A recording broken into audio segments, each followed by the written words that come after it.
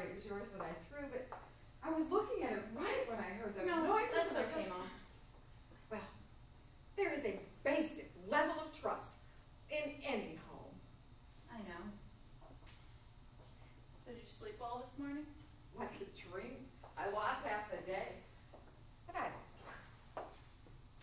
Is Sherry around? Where is everyone? Oh, no, Kes went out for a run and Sherry's in the backyard. She is. What's she doing? Working on her sculpture. Oh, well, she should stop. Yeah, tell her that. Oh, it is so awful. And it's right next to Mrs. Anderberg's vegetable garden. She called and complained yesterday. She said if she had known what Sherry was going to do with those lawn ornaments, she would never have sold them to her. Too late. I told her if she wanted to go ahead and sue Sherry, I'd back her up. Against your own daughter? I'm not really sure Sherry is my daughter. I was so drugged up when I had her. They could have given me any baby, and I wouldn't have known. It's nice having you all in the house again. We're never all in the same room together, it seems, but at least we're all around.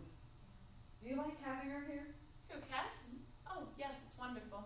It is, isn't it? I hope she's having a good time. I suppose she probably came down here expecting to find us locked in some sort of a death struggle. No, she didn't. Lord knows what you told her. Well, I didn't tell her anything. You told her that I hit you. Well, you did hit I me. did not! I simply struck out, that's it. I struck out against fate, and there you were. It's not the same as hitting. Well, it felt the same. It's not the same. It's not the same responsibility now, is there? No. Cass has been talking to people in town about me. Did you know that? Mrs. Harold was angry about it. She really was. Cass walked up to her and hadn't seen her in years and says, "So, how does my mother seem to you these days?" Can you just hear her? No, I'm sure she didn't mean anything by it. If I hadn't had the three of you so far apart, we'd be more of a family. There'd be more of us in this room right now. Cass was nearly grown by the time Sherry was born. They must stare at each other like the earth and the moon. I'm going to make some lunch. You want some? Where'd you go Wednesday night? What? Wednesday night? The night before Cass got here? Where did you go? Nowhere important. But where? Nowhere. Oh, you must have gone somewhere. I didn't go anywhere, all right? I really didn't. I'm only curious. Well, what does it matter? I guess it doesn't. That's right. Doesn't matter. Doesn't matter at all. If it doesn't matter, then why can't you tell me? I'm gonna go change. Kes and I are going out later. Mrs. Rowley says she saw you over at Don's house on Wednesday night. Is that where you went? Don's house? Yes. You went over there and you didn't tell me? Well, there was nothing to tell. He wasn't home. Oh? You were gone a long time. I just sort of sat on his step for a while. Why? No reason. I mean, why did you go see him? I just wanted to see if he felt like going out, all right? And you didn't call him first. It was kind of a whim. I thought that you and Don were finished. We are. So what? He's seeing other people. I sat on his step for a half an hour, and folks went by and said, "Hi, Joe. Don's out tonight, you know." And I said, "I know." And they just looked at me like it was what I was, so I came home.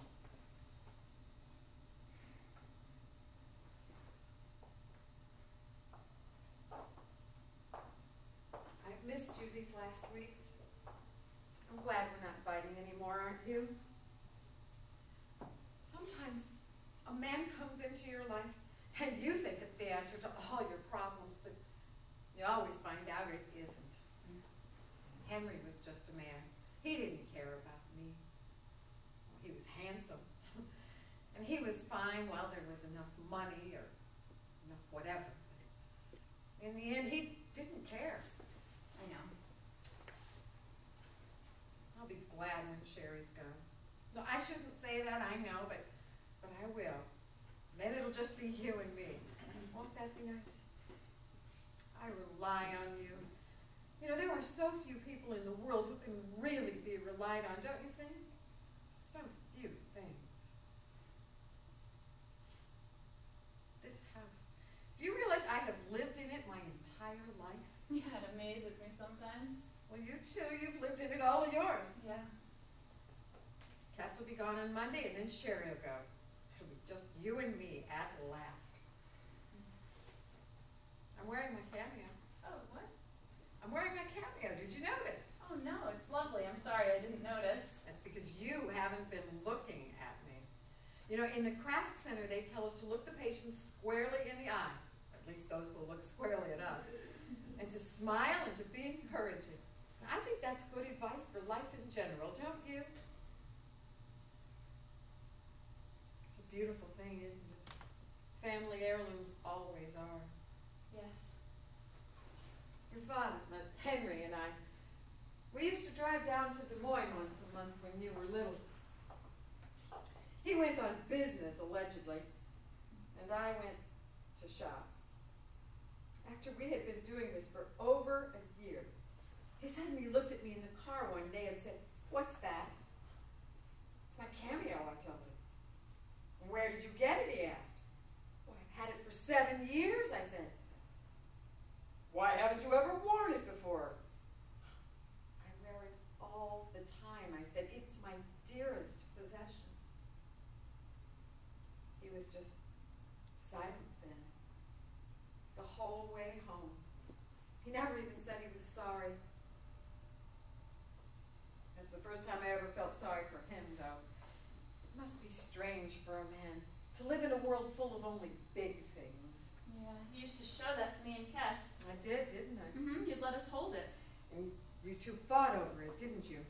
Yeah, some fight. Cass always won. But why are you wearing it now? You haven't had it on in ages. So I don't forget to give it to Cass.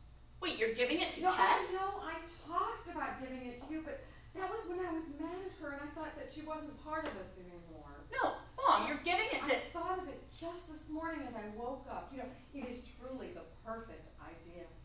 After all, Cass has been so much calmer this trip. Well, we need to give her something, and what better than the cameo? I mean, it is hers by right. She is the oldest. I know, I'm breaking tradition to give it to her before I die, but I thought it might be just the message she needs to see that, well, I love her and that I'm all right. Do you think she'll like it? Of course. It's lovely. It is, isn't it? You know, I remember when I got it, when your Aunt Elaine died.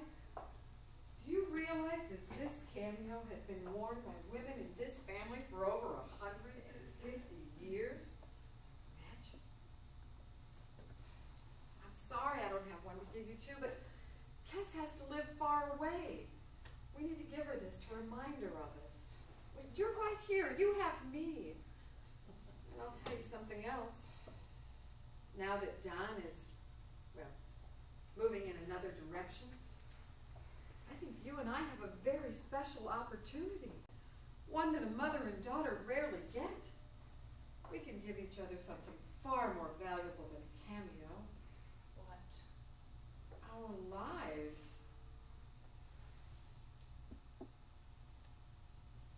Yeah. Where do you think I should leave it? Leave it?